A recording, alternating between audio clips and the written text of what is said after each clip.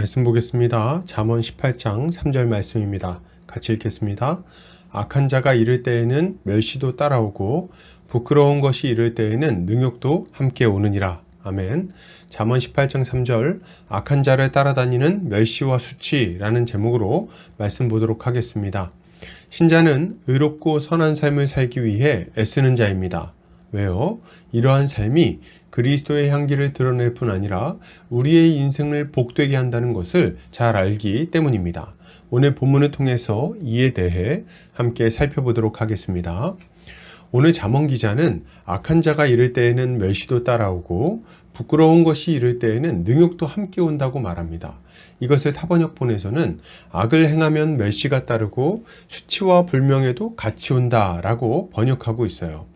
본문은 악한 자가 올 때 멸시도 같이 오고 부끄러운 일을 행하면 능욕도 함께 온다고 교훈합니다. 이것은 사람이 악한 죄를 짓고 살아갈 때 반드시 멸시를 당하게 되고 또 부끄러운 일을 하면 반드시 수치를 당하게 될 거라는 경고를 주고 있는 것입니다. 먼저 악한 자가 이를 때에는 멸시도 따라온다고 말합니다. 여기서 악한 자는 라샤라는 단어가 사용되었는데 사악한, 죄를 범한 이라는 의미가 있어요. 그러니까 사악한 죄를 지은 사람을 말하는 거죠. 그런데 그가 들어올 때는 결코 혼자 들어오지 않고 멸시를 데리고 들어온다고 말합니다. 이게 무슨 말일까요? 사악한 죄를 짓고 사는 사람은 사람들에게 멸시를 당하게 된다는 말을 하는 거죠. 그런데 언뜻 들을 때 이 말이 틀린 것처럼 느껴질 때가 있습니다. 왜요? 세상에서 사악한 죄를 짓고 악을 행했음에도 불구하고 사람들에게 인정받고 높임받는 사람이 있는 것처럼 보이기 때문에 그래요. 어떤 이들은 전쟁을 일으키기도 하고 어떤 이들은 연약한 이들의 것을 빼앗아서 재산을 불리기도 합니다. 또 어떤 이는 거짓말로 사람들을 속여서 높은 자리에 올라가기도 하죠. 그리고 이런 이들이 사람들의 인정을 받고 떵떵거리면서 사는 모습을 우리는 많이 보게 됩니다. 그래서 많은 사람들이 죄를 범하면서 살아도 성공하기만 하면 괜찮다는 생각을 하는 것 같습니다. 오죽하면 속담 중에 개처럼 벌어서 정승처럼 쓴다는 속담이 있겠어요. 그러나 여러분, 이것은 어리석은 생각입니다. 우리는 이런 잘못된 생각에 빠지지 않도록 주의해야 되겠어요. 이게 왜 잘못된 생각입니까? 그들이 누리는 인정과 존경은 바람 같은 것이기 때문에 그렇습니다. 사람들은 잠시 그들을 존중하고 존경하는 것처럼 보일 수 있어요. 그러나 그것은 오래가지 않습니다. 그들의 힘이 사라지고 권세가 사라지는 그날에 사람들은 그들을 비난하고 비웃게 될 거예요. 마침내 드러난 그들의 악행을 더욱 신랄하게 비판하게 될 것입니다.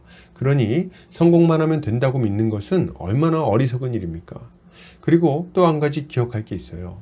악인들은 곧 자신들이 예상치 못했던 순간에 하나님의 멸시를 마주하게 된다는 사실입니다. 하나님은 그들의 죄악을 낱낱이 세고 계세요. 그들의 교만한 언행을 기억하고 계십니다. 주님은 그 두려운 심판대 앞에서 악인들의 변명을 비웃으시며 그들을 경멸하실 것입니다.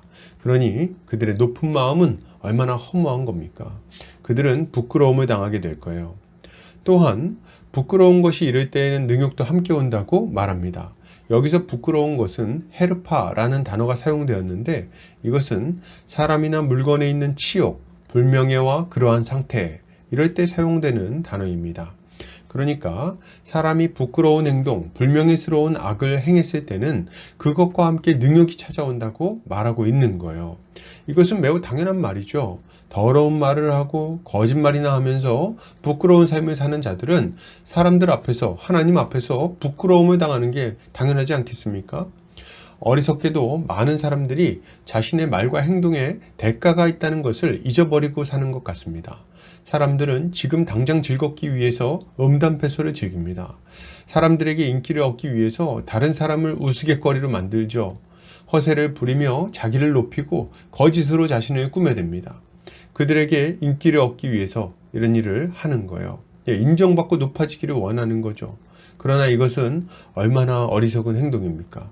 때가 되면 거짓은 드러나고 더러운 언행은 판단받게 될 거예요. 악한 행동에는 그에 합당한 평가가 따라붙게 되어 있는 것입니다. 사람들이 모를 거라고요? 오래된 얘기라고요? 아니요. 그것은 드러나게 될 것이고 우리의 명예를 부끄러움으로 바꾸게 될 것입니다. 괜찮을 거라는 마귀의 거짓말에 속지 않으시기를 바랍니다.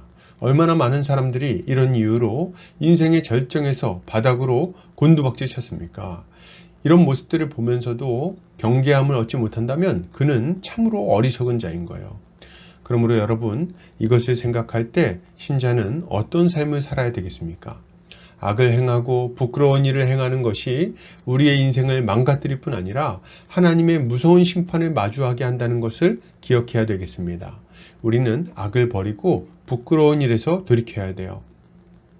이런 어리석은 삶에 매이지 않도록 날마다 우리를 점검해야 되겠습니다.